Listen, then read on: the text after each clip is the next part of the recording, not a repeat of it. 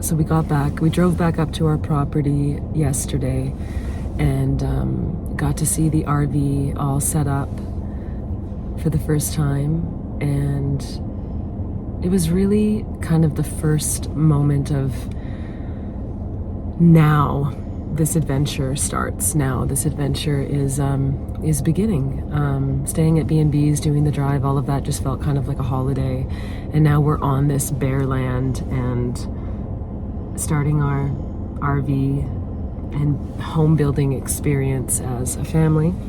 It was pretty tough last night because we don't have running water yet. We don't have AC. We don't have a way to even use the washroom in the RV.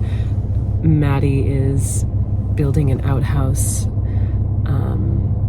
and he got a good start on it while we were down in the Lower Mainland. But of course, there's just been so much to do every moment that it feels a little impossible to make huge headway, especially with the kids, fulfilling their needs in this process.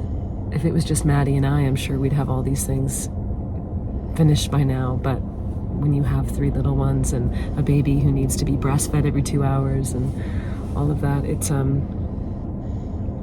a lot. And yeah, so this is our life, you know? As soon as I get to the RV, I get this major audition that I have to drop everything and be off book for. It's just intense. And, you know, nobody cares about your story when you're auditioning for something. They just want to see if you're right for the part. Did the fruit trees get water? Did Edie eat? Do the kids have sunscreen? Have you eaten anything? Baby's going down again. Okay. It's just like I don't know how we're gonna get through this. If this is the pace that we're on every single day, yeah, nothing will get done. So then what's the alternative? Because this pace isn't going to be like this every single day. Because gradually we'll have power, we'll have Wi-Fi, we'll have AC, so it's nice and cool in here so the baby can go down. And we'll have the little jungle gym. This will be nice and level. We could have some grass seed down. I can build a wee fence so that, you know, you can feel comfortable being in here and prepping them lunch as they're running around. Have a little fire pit. Honestly, by like July 1st, I think we're going to be rocking in here.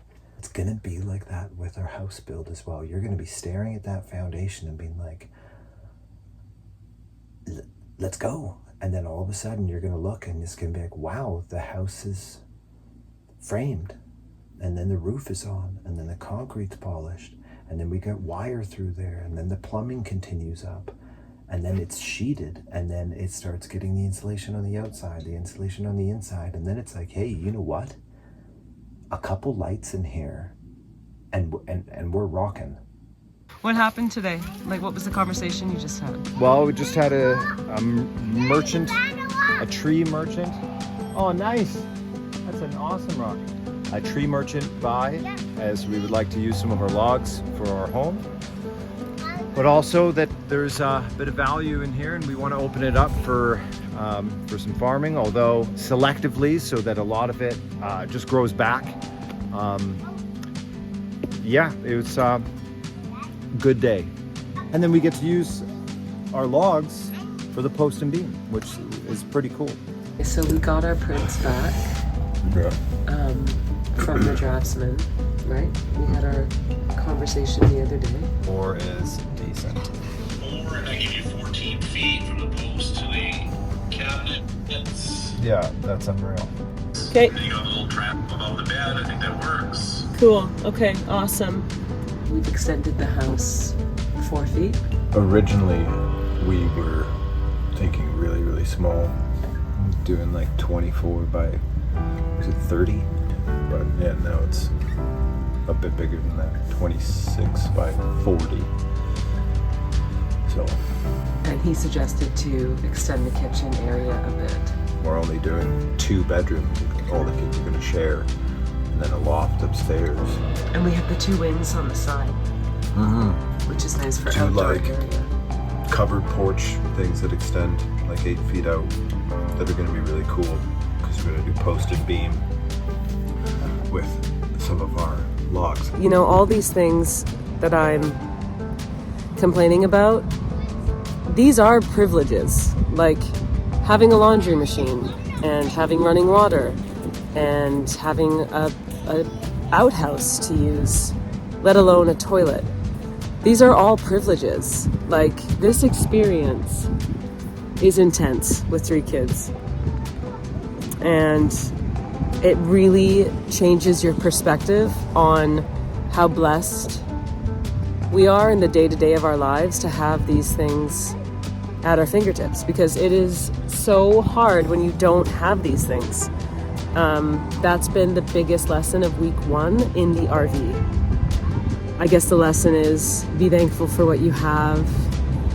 And yeah, in some crazy way, it's making me just so incredibly grateful to be able to have a shower, and incredibly grateful to be able to have a laundromat that's charging me $25 a load. All these little things that we are learning through this experience is, careful, bud, humbling, to say the least. How many blueberries we already got? How are they doing in the sun? Daddy, are they white? Oh, the rosemary needs a drink, I think. Yeah, one of these really tall ones. Oh, look at that.